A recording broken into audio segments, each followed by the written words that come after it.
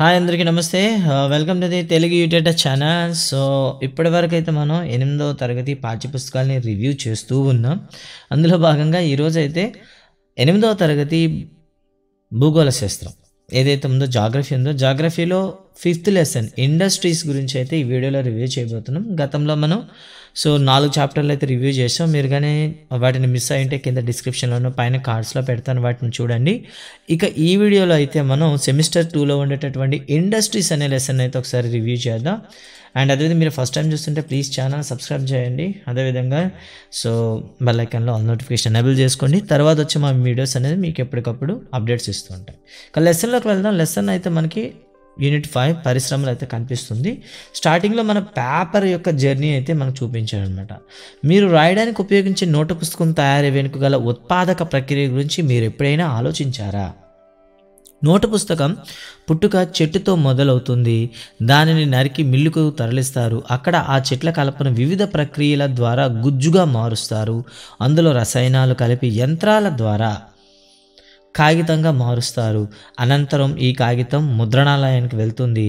అక్కడ రసాయనాలతో తయారు చేసిన సిరాతో పేజీలపై గీతలను ముద్రిస్తారు. ఆ కాగితాలను నోటు పుస్తకంగా తయారు చేసి అమ్మకం కొరకు మార్కెట్కు పంపుతారు.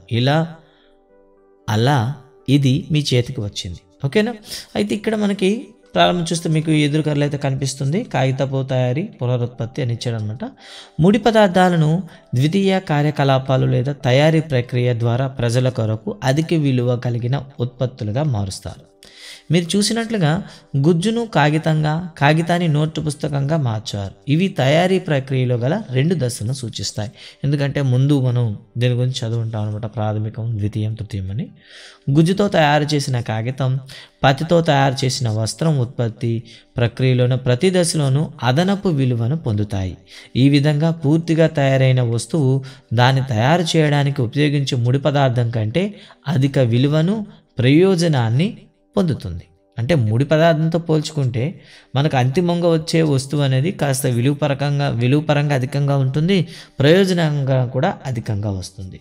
ఇక్కడ తర్వాత చూద్దాం. పరిశ్రమ అనేది ఖనిజాలను వెలికితీత, వస్తువుల ఉత్పత్తి లేదా సేవలను అందించే ఆర్థిక కార్యకలాపాలను సూచిస్తుంది. ఈ విధంగా ఇనుము ఉక్కు పరిశ్రమ వస్తువుల ఉత్పత్తికి, బొగ్గు గనుల పరిశ్రమ బొగ్గును వెలికి తీసేందుకు, పర్యాటక పరిశ్రమ సేవలను అందించడానికి సంబంధించింది. ఇక పరిశ్రమలను వర్గీకరిద్దాం. పరిశ్రమలను ముడి పదార్థాలు, పరిమాణం, వాటి యాజమాన్యం ఆధారంగా మనం వర్గీకరిస్తాం అన్నమాట. ముందుగా ముడి పదార్థాల గురించి చూద్దాం. ఉపయోగించే ముడి పదార్థాలను బట్టి పరిశ్రమలను వ్యవసాయాధారిత లేదా ఖనిజాధారిత లేదా సముద్రాధారిత లేదా అటవీ ఆధారితమైనవిగా చెప్పవచ్చు. అంటే ఉపయోగించే ముడి పదార్థం అనేది మనకు వ్యవసాయం నుండి వచ్చింది అనుకోండి, దాన్ని వ్యవసాయ ఆధారిత పరిశ్రమ అంటాం. చూడండి, ఇక్కడ వ్యవసాయ ఆధారిత పరిశ్రమల్లో మొక్కలు, జంతు ఉత్పత్తులను ముడి పదార్థాలుగా ఉపయోగిస్తారు. దీనికి ఉదాహరణగా ఆహార ఉత్పత్తులు, కూరగాయలు, నూనె, ప్రత్తి, వస్త్రాలు, పాల ఉత్పత్తులు, తోలు పరిశ్రమలు ఇవన్నీ కూడా చెప్పవచ్చు. ఇక రెండవది ఖనిజాధారిత పరిశ్రమ. అనే ఖనిజ ధాతువులను ముడి పదార్థాలుగా ఉపయోగించే ప్రాథమిక పరిశ్రమ. ఈ పరిశ్రమ ఏమవుతుంది ఇక్కడ? ఈ పరిశ్రమల ఉత్పత్తులు ఇతర పరిశ్రమలకు ముడి పదార్థాలుగా ఉపయోగపడతాయి. అంటే ఇక్కడ తయారైనవి ఇంకో పరిశ్రమకు ముడి పదార్థం అవుతుంది. ఉదాహరణకు ఇనుపు ధాతువు నుండి ఇనుమును సంగ్రహిస్తాం, అంటే ఇనుమును సేకరించాం. ఈ ఇనుమును ఎక్కడ ఉపయోగిస్తారు? భారీ యంత్రాల తయారీలో కానీ, నిర్మాణ సామాగ్రి తయారీలో కానీ, రైలు పట్టి తయారీలో కానీ, ఈ అనేక ఇనుప వస్తువుల తయారీలో ముడి పదార్థంగా ఉపయోగిస్తారు. అంటే అక్కడ మీకు ఖనిజ ధాతువు నుండి ఇనుమును వేరు చేయడం అనేది ఖనిజాధారిత ప్రాథమిక పరిశ్రమ. ఇక ఆ ప్రాథమిక పరిశ్రమ నుండి ఏం చేస్తారు? ఆ ఇనుమును సేకరించిన తర్వాత దాన్ని ఎక్కడైనా వాడచ్చు. ఓకే. ఇక తర్వాత సముద్రాధారిత పరిశ్రమ చూద్దాం. సముద్రాల నుండి లభించే ఉత్పత్తులను ముడి పదార్థాలుగా ఉపయోగిస్తారు. సముద్ర ఆహార శుద్ధి పరిశ్రమలను, చేప నూనె తయారీ పరిశ్రమలను వీటికి కొన్ని ఉదాహరణగా చెప్పవచ్చు. అంటే ఆ సముద్ర ఆహారం శుద్ధి పరిశ్రమ అంటే సముద్రం నుండి వచ్చే చేపలను శుద్ధి చేసి నిల్వ చేసేయడం కానీ, లేకపోతే చేప నూనె తయారు చేసే పరిశ్రమలను కూడా మీకు సముద్రాధారిత పరిశ్రమలుగా చెప్తాం. ఇక అటవీ ఆధారిత పరిశ్రమల్లో అటవీ ఉత్పత్తులను ముడి సరుకుగా ఉపయోగిస్తారు. కలపను ముడి పదార్థంగా వాడే కాగిత పరిశ్రమ కావచ్చు, ఔషధ రసాయనాల పరిశ్రమ కావచ్చు, గృహోపకరణాలు లేదా భవన నిర్మాణ ఉత్పత్తులు ఇవన్నీ కూడాను మన అడవులపైనే ఆధారపడి ఉంటాయి. కాబట్టి ఈ పరిశ్రమను ఏమని చెప్తాం? అటవీ ఆధారిత పరిశ్రమలు అని చెప్తాం. ఇక పరిమాణం బట్టి చూద్దాం. పరిమాణం బట్టి పరిశ్రమలను కూడాను మనం వర్గీకరిస్తాం. అంటే పరిశ్రమ యొక్క పరిమాణం దేనిపైన ఆధారపడి ఉంటుంది? పెట్టుబడి మూలధనం పైన, ఉపాధి పొందిన వ్యక్తుల సంఖ్య పైన, ఉత్పత్తి పరిమాణం బట్టి సూచిస్తాం అన్నమాట. పరిమాణం ఆధారంగా పరిశ్రమలను చిన్న తరహా పరిశ్రమలని భారీ పరిశ్రమలుగా విభజిస్తారు. అంటే కుటీర పరిశ్రమలు లేదా గృహ పరిశ్రమలు ఒక రకమైనటువంటి చిన్న తరహా పరిశ్రమలే. అంటే ఇళ్లలో మనం పరిశ్రమలను స్థాపిస్తుంటారంటే సాధారణంగా బట్టలు నేయడం కానివ్వండి, బుట్టల తయారీ కానివ్వండి, ఇవన్నీ కూడా మనకి ఏమవుతాయి? చిన్న తరహా పరిశ్రమలే. ఇవి కూడా మనకి గృహంలో తయారు చేస్తాం కాబట్టి చిన్నతర పరిశ్రమలు అని చెప్పాడనమాట.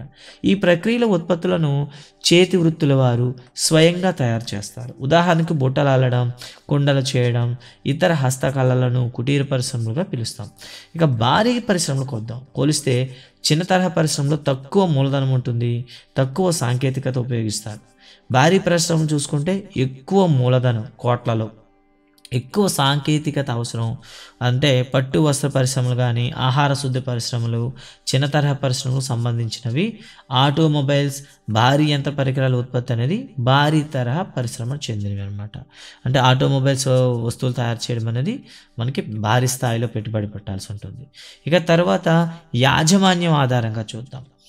యాజమాన్యం ఆధారంగా పరిశ్రమలను ప్రైవేటు రంగము, అలాగే ప్రభుత్వ రంగము లేదా పబ్లిక్ రంగము, 3 ఉమ్మడి రంగము, 4 సహకార రంగంగా వర్గీకరిస్తారు.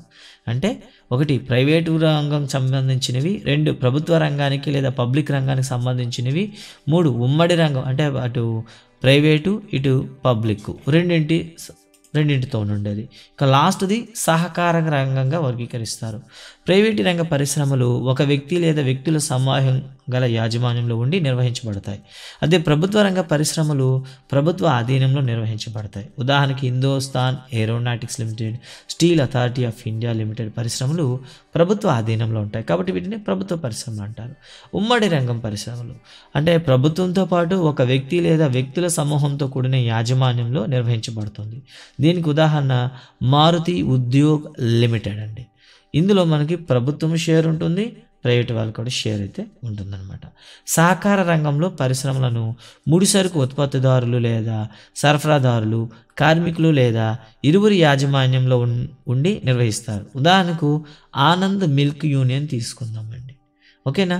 ఇది ఏమవుతుందంటే అటు డైరీ సహకార రంగంలో సహకారమైనటువంటి విజయగాథలు అని చెప్పవచ్చు. అంటే ఇక్కడ ఏమవుతుందంటే సుధా డైరీ కానివ్వండి, ఆనంద్ మిల్క్ యూనియన్ కానివ్వండి, వీళ్ళకి ఇచ్చేటటువంటి కస్టమర్తో ఏముంటుందంటే పార్ట్నర్షిప్ అనమాట. సింపుల్గా ఏమంటే పార్ట్నర్షిప్లో ఉండి నిర్వహిస్తారనమాట.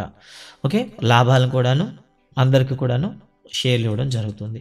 పరిశ్రమల స్థాపనకు ప్రభావితం చేసేటటువంటి అంశాలు ఏమిటి? 1 ముడి పదార్థాల లభ్యత, 2 భూమి, 3 నీరు, 4 కార్మికులు, 5 విద్యుత్తు, 6 మూలధనం, 7 రవాణా, 8 మార్కెట్ లభ్యత. అంటే ఇక్కడ ఏముంది? ఉత్పత్తి చేయడానికి కావాల్సినటువంటి ముడి పదార్థాలు అందుబాటులో ఉన్నాయా లేదా చెక్ చేసుకోవాలి. ఉన్నాయి. పరిశ్రమ స్థాపించడానికి భూమి ఉందా లేదా చెక్ చేసుకోవాలి. మరి పరిశ్రమ కార్యకలాపాలకు అవసరమైన నీటి సప్లై ఉంటుందా లేదా చూడాలి. సో మరి అంతమంది కార్మికులు చౌకగా దొరుకుతారా లేదా చెక్ చేసుకోవాలి. సో కార్మికులు ఉన్నారు, మొత్తం బిల్డింగ్ అంతా ఎస్టాబ్లిష్ చేయగలము అని ఆలోచన ఉంది. విద్యుత్ సరఫరా ఉందా లేదా చెక్ చేసుకోవాలి. ఈ మొత్తాన్ని చేయడానికి మనకి ఏముండాలి? మూలధనం ఉండాలి, పెట్టుబడి ఉందా లేదా చూసుకోవాలి. సో మొత్తం ప్రొడక్ట్ అయితే తయారైపోయింది, దాన్ని ట్రాన్స్పోర్ట్ చేయడానికి రవాణా సౌకర్యం ఉందో లేదో చూసుకోవాలి. ఇక ట్రాన్స్పోర్ట్ అయిపోయిన తర్వాత మన దగ్గర ఉత్పత్తి అయిన వస్తువులను అమ్మడానికి వీలుగా ఉండేటటువంటి మార్కెట్ కూడా ఉండాలి. ఇవన్నీ కూడా ఒక పరిశ్రమ స్థాపనను ప్రభావితం చేసే ముఖ్యమైన అంశాలు అనమాట. ఇక మూలధనం ఇచ్చేది మీకు అందరికీ తెలిసింది, బ్యాంకింగ్ లేదా ఇన్సూరెన్స్, ఇంకా ప్రొడక్షన్ కూడా మనకు ఉండాలి. ఇవి మనకి ఇమేజ్లు అయితే ఇవ్వడం జరిగింది. ఈ కారకాలు అన్నీ లేదా కొన్ని సులభంగా అందుబాటులో ఉండే ప్రదేశాల్లో మాత్రమే పరిశ్రమలు కేంద్రీకృతమై ఉంటాయి. కొన్నిసార్లు ప్రభుత్వం తక్కువ ఖర్చుతో విద్యుత్తు, రవాణా, మౌలిక సదుపాయాల వంటి ప్రోత్సాహాలు కూడా అందిస్తుంది. దీనివలన వెనుకబడిన ప్రాంతాల్లో కూడా పరిశ్రమలు స్థాపించవచ్చు. పారిశ్రామికీకరణ అనేది పట్టణాలు నగరాల అభివృద్ధికి ఎదుగుదలకు దారితీస్తాయి అని ఇవ్వడం అయితే జరిగిందనమాట. ఇక పారిశ్రామిక వ్యవస్థ అంటే ఏమిటి ఒకసారి అయితే చూద్దాం. ఒక పరిశ్రమ వ్యవస్థలో ముడి పదార్థాలు, ఉత్పాదక ప్రక్రియలు, ఉత్పత్తులు వంటివి చోటు చేసుకుంటాయి. ఉత్పాదకతో ముడి పదార్థాలు, కార్మికులు, భూమి, వెల, రవాణా, విద్యుత్తు, ఇతర మౌలిక సదుపాయాలు ఉంటాయి. ముడి పదార్థాలను ఉత్పత్తులుగా మార్చే విస్తృతమైన కార్యకలాపాలు ఇక్కడ జరుగుతాయి. ఈ ఉత్పాదక ప్రక్రియలు అంతిమంగా తయారైన తుది ఉత్పత్తి నుండి ఆదాయం లభిస్తుంది. వస్త్ర పరిశ్రమ విషయంలో ఉత్పాదకలో ప్రతి, రవాణా, ఫ్యాక్టరీ, మానవ శ్రమ మొదలైనవి ఉంటాయి. ఉత్పాదక ప్రక్రియలో చూడండి ఒకసారి ఇక్కడ ఉత్పాదక ప్రక్రియలో పత్తి నుండి గింజలను వేరు చేయడం, వడకడం, నేయడం, రంగు వేయడం, అద్దకం మొదలైనవి ఉంటాయి. అంటే ఉత్పాదకతలో ఉండేవి మనకి కొన్ని అంశాలు ఉన్నాయి. ఉత్పాదక ప్రక్రియలో జరిగేటటువంటి కార్యక్రమాలు కొన్ని ఇవ్వడం జరిగింది. ఉత్పత్తి అనేది మీరు ధరించే చొక్కా అవుతుంది. చివరిగా మనకు వచ్చేటటువంటి ఏమవుతుంది, అవుట్ ప్రొడక్ట్ అనేది మనం వేసుకునే దుస్తులు అవుతాయి. పారిశ్రామిక ప్రాంతాలు చూద్దాం. అనేక పరిశ్రమలు ఒకదానికొకటి దగ్గరగా ఉన్నప్పుడు పరస్పర ప్రయోజనాలను ఉపయోగించుకునేటప్పుడు పారిశ్రామిక ప్రాంతాలు ఆవిర్భవిస్తాయి. ప్రపంచంలో ప్రధాన పారిశ్రామిక ప్రాంతాలుగా ఈశాన్య అమెరికా, పశ్చిమ అమెరికా, మధ్య యూరప్, తూర్పు యూరప్, తూర్పు ఆసియాలో ఉన్నాయి. అంటే ఇక్కడ పరిశ్రమలు అనేవి సాంద్రత చాలా ఎక్కువగా ఉంది. అయితే మీరు చూడొచ్చు కొన్ని రీజన్స్ అయితే మీకు ఇచ్చారనమాట. సో బ్లాక్ రీజన్ అనేది కూడాను పారిశ్రామిక ప్రాంతం, అండ్ గ్రే అనేది కూడా ప్రపంచ పారిశ్రామిక బెల్ట్ అని ఇచ్చారు. ఇక్కడ మీరు చూడొచ్చు. మన ఇండియాలో కూడా ఇవ్వడమైంది గంగా నది పరివాహక ప్రాంతం ఇచ్చారు. ప్రధాన పారిశ్రామిక ప్రాంతాలు ఎక్కువగా శీతోష్ణ మండలంలోనూ, వాడరేవులు, బొగ్గు క్షేత్రాలు సమీపంలోనే ఉన్నాయి.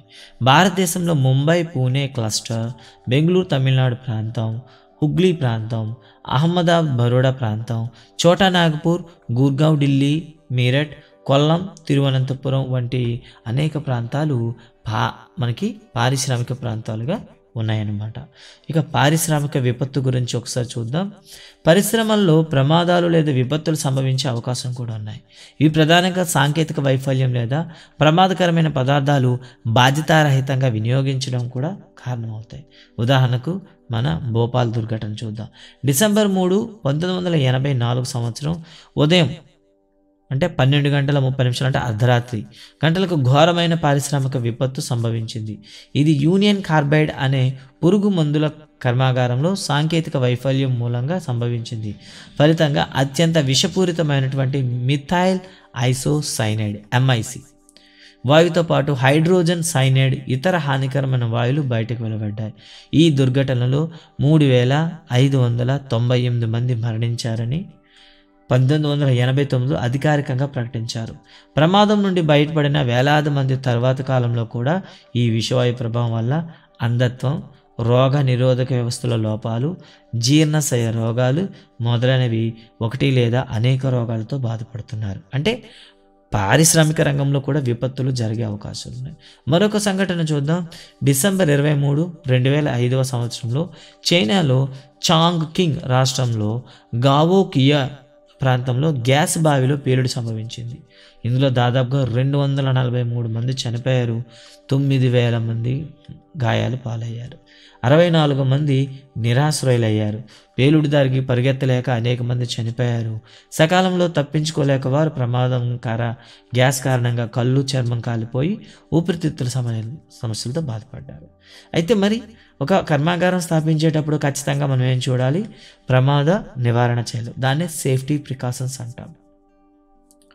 జనసాంద్రత ఎక్కువగా ఉన్న నివాస ప్రాంతాలకు దూరంగా పారిశ్రామిక ప్రాంతాలు ఉండాలి. పరిశ్రమల సమీపంలో నివసించే వ్యక్తులు విషపూరితమైన లేదా ప్రమాదకరమైన పదార్థాల నిల్వలను గురించిన ప్రమాదం జరిగినప్పుడు వాటి ప్రభావం గురించి సమాచారం తెలుసుకోగలగాలి. అగ్ని ప్రమాద హెచ్చరిక, అగ్నిమాపక వ్యవస్థ మెరుగుపరచాలి. విష పదార్థాల నిల్వల సామర్థ్యం పరిమితంగా ఉండాలి. పరిశ్రమలో కాలుష్య నియంత్రణ చర్యలను మెరుగుపరచాలి. ఇవి మనకి సేఫ్టీ ప్రికాషన్స్ అయితే ఇచ్చారండి. ఇక ప్రధాన పరిశ్రమల పంపిణీ గురించి తర్వాత వీడియో చూద్దాం. ఇక్కడ మనకి ప్రధానంగా ఉండేటటువంటి పరిశ్రమలు ఏవైతే ఉన్నాయో వస్త్ర పరిశ్రమ కానీ, ఇనుముకు కానివ్వండి, సమాచార సాంకేతిక పరిశ్రమల గురించి మొత్తం వీడియోస్ అనేవి నెక్స్ట్ వీడియోలో వస్తాయి. అండ్ ఈ వీడియో పైన మీ కామెంట్ చెప్పండి అండ్ మీ అభిప్రాయాలు కూడా తెలియజేస్తారని ఆశిస్తున్నాం. అండ్ ఒకవేళ ఎన్ఎన్ఎంఎస్ వాళ్ళు మీరు ఎవరైనా చూస్తుంటే దీనిపైన ప్రాక్టీస్ క్వశ్చన్స్ అనేవి కింద డిస్క్రిప్షన్లో యాడ్ చేయడం జరిగింది. వాటిని కూడా మీరు ఫాలో అవ్వండి. Thank you very much. జై హింద్.